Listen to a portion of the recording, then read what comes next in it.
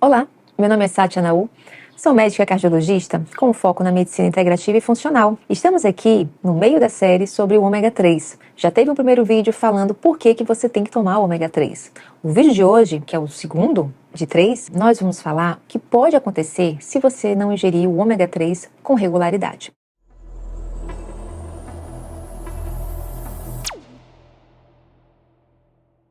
É importante salientar, que também já foi falado no vídeo anterior, que o ômega ele faz parte de todo o revestimento da célula, que vocês já sabem que é a nossa unidade funcional do nosso corpo.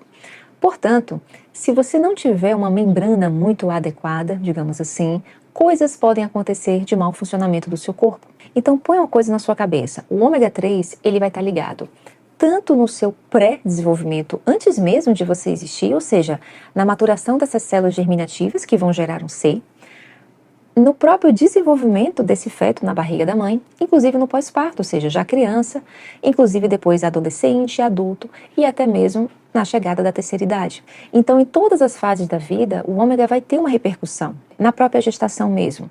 O que pode acontecer? Quando a grávida não está com adequado ômega 3, não está se nutrindo de ômega 3, ela pode ficar mais deficiente ainda, porque o feto vai fazer de tudo para pegar esse ômega 3 da mãe. Ele não quer nem saber. Ele precisa de ômega 3 para poder formar o sistema nervoso central, para poder formar a retina, para poder formar a sua cognição, formar o seu corpo, formar suas células. Então entenda que se a grávida não estiver suprida numa boa quantidade de ômega 3, ela vai acabar tendo a repercussão dessa deficiência. O ômega 3, quando a grávida está bem nutrida, ela reduz o parto prematuro, por exemplo. E outra coisa super importante que pode acontecer na puérpera, naquela mulher que acabou de dar à luz, lembra que eu falei que a criança vai pegar todo aquele ômega para poder se formar. E se ela não estiver com níveis adequados, ela inclusive pode ter transtornos psiquiátricos no pós-parto. Então isso aumenta a chance da puérpera ter, por exemplo, depressão pós-parto. Depressão pós-parto é um tema bastante complexo, que envolve várias questões, passando inclusive por questões hormonais, aquela queda abrupta dos hormônios, as questões psicológicas do fato dela ser agora uma outra pessoa, o fato também de tudo mudar na vida daquela mulher.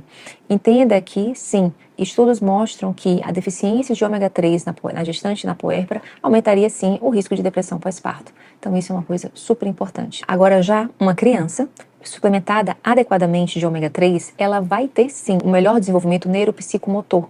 Ela vai ter uma melhora da habilidade de memória, de concentração, de cognição e fora o crescimento normal, que é o esperado. Ainda dessa parte mental, já que começamos a falar sobre ela, há estudos animadores com ômega 3 no tratamento, por exemplo, do transtorno do déficit de atenção e hiperatividade. Sim, é verdade. Há estudos bastante interessantes que falam de melhora dos sinais e sintomas do transtorno de déficit de atenção quando você faz a suplementação de ômega 3.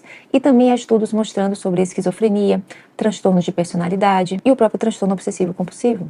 Em relação ao quesito pele, cabelos e unhas, o que a gente tem de positivo na ingesta de ter um ômega 3 em níveis adequados? Seja a proteção do cabelo, ou seja, quando bate o raio solar, ele consegue proteger melhor o cabelo, seja na questão da própria proteção da pele, ajudando na renovação da barreira celular, seja na questão também da pele, da fotossensibilidade, ajudando a diminuir a fotossensibilidade dos raios solares. Outra questão importante também é ajudar também na cicatrização de feridas. E sobre a imunidade? A gente tem várias coisas legais ligadas ao ômega 3. Então, o ômega 3 ele vai ser importante nas duas imunidades, tanto naquela inata quanto naquela adquirida.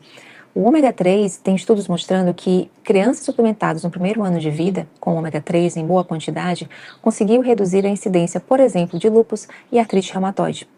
Então, entenda que o fato também do ômega melhorar a inflamação, porque ela age de forma sinérgica com os soldadinhos da imunidade, isso está muito ancorado o seu uso, principalmente em pacientes portadores de doenças autoimunes.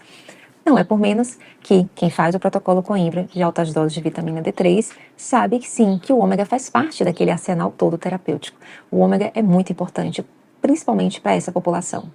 E na parte cardiovascular, puxando um pouquinho, literalmente no duplo sentido, a sardinha para o meu lado. O que a gente tem aqui de interessantíssimo ligado a essa parte tão maravilhosa? O clássico, que inclusive a própria Sociedade Brasileira de Cardiologia recomenda, realmente está na redução de triglicerídeos e no aumento de HDL, mas basicamente na redução de triglicerídeos. Sabemos que triglicerídeos é um dos componentes dos popularmente chamados colesteróis, apesar de ele não ser bem o colesterol, mas faz parte ali do grupinho lá dos priminhos colesteróis. Triglicerídeos elevado não é uma coisa boa em hipótese nenhuma, porque isso, adivinha, gera inflamação, gera oxidação, gera aumento da placa de ateroma, ou seja, aquela placa que está nas suas artérias e ajuda ao entupimento, digamos assim. Então ele participa desse processo inflamatório, criando um cenário adequado para que se deposite LDL, que é o colesterol ruim, e formando essas placas, causando obstrução, causando infarto e AVC.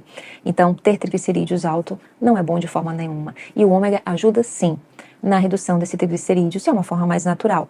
Mas, na verdade, o ômega, ele ajuda, de novo, na melhora da inflamação. Então, essas gorduras, elas melhoram e muito o perfil inflamatório daquele paciente cardíaco, seja na redução de proteína C reativa ultrassensível, seja na melhora da função endotelial. Entenda que quando a gente fala melhora da função endotelial, eu estou dizendo que está aqui o vasinho, a artériazinha, se essa artéria do seu coração está desinflamada e ela está toda harmônica, o que vai acontecer? É muito mais difícil para criar uma placa de ateroma ali, uma placa de aterosclerose, ou seja, uma placa de gordura, como popularmente é chamada. Então, ter esse know-how de melhora, de limpeza, né, no endotélio, na parte interna da artéria, isso é muito importante. E na cardiologia, isso é o que é mais aceito, que não há discussão. Quando começou a ver se o uso do ômega 3 poderia reduzir desfechos duros, em cardiologia, desfecho duro está ligado a infarto, AVC, morte ou hospitalização ligada a questões cardiovasculares. Então, o que aconteceu? Teve um estudo recente que mostrou redução de 25% desses eventos que nós chamamos de eventos duros. E isso foi um grande alvoroço, porque os estudos anteriores não mostravam isso. E eu já estou lhe dando qual é a dica do porquê que não mostravam isso. Tudo é a questão da dose.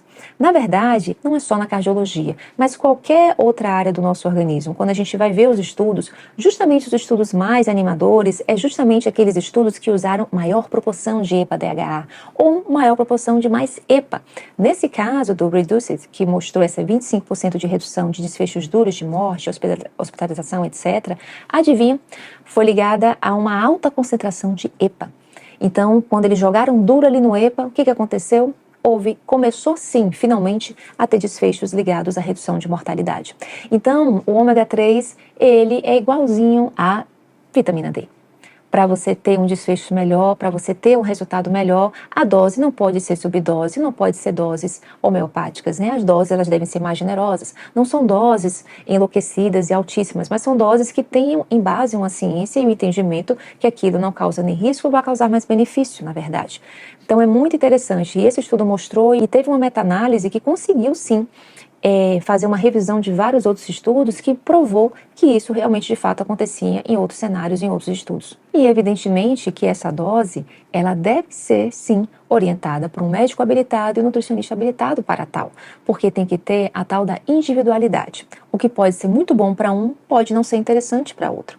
Por isso que é sempre importante você estar atento a isso e ter alguém da área de saúde que entenda para poder fazer esse monitoramento. Então, por exemplo, o ômega 3, de modo geral, ele não altera nos níveis de LDL, que é o colesterol ruim.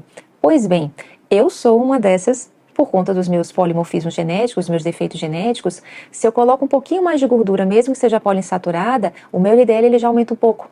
Então aí eu, como médica ou a minha nutricionista, a gente vai ter que avaliar o meu perfil de colesterol para ver se esse aumento não impacta em outros problemas em outras áreas. Pode aumentar, mas o LDL não está inflamado, não está oxidado, está beleza. Então a gente pode seguir na suplementação. Então entenda que parece que é uma coisa simples, vá lá e tome ômega, mas precisa de um ajuste na questão da individualidade. Então é isso, gente. Esse foi o nosso segundo vídeo da série do ômega 3, no caso o vídeo de hoje foi sobre por que você tem que fazer uso do ômega 3, e o terceiro vídeo vai ser justamente como escolher o melhor ômega 3. Isso parece uma coisa simples, mas não é tão simples assim não, e nesse vídeo a gente vai abordar bem detalhadamente como é que você pode escolher o ômega top para você fazer uso. E se você gostou desse vídeo, não esquece de dar o seu like aqui, se inscreve no canal para ficar de antemão sabendo das novidades daqui, e um beijo grande e até a próxima!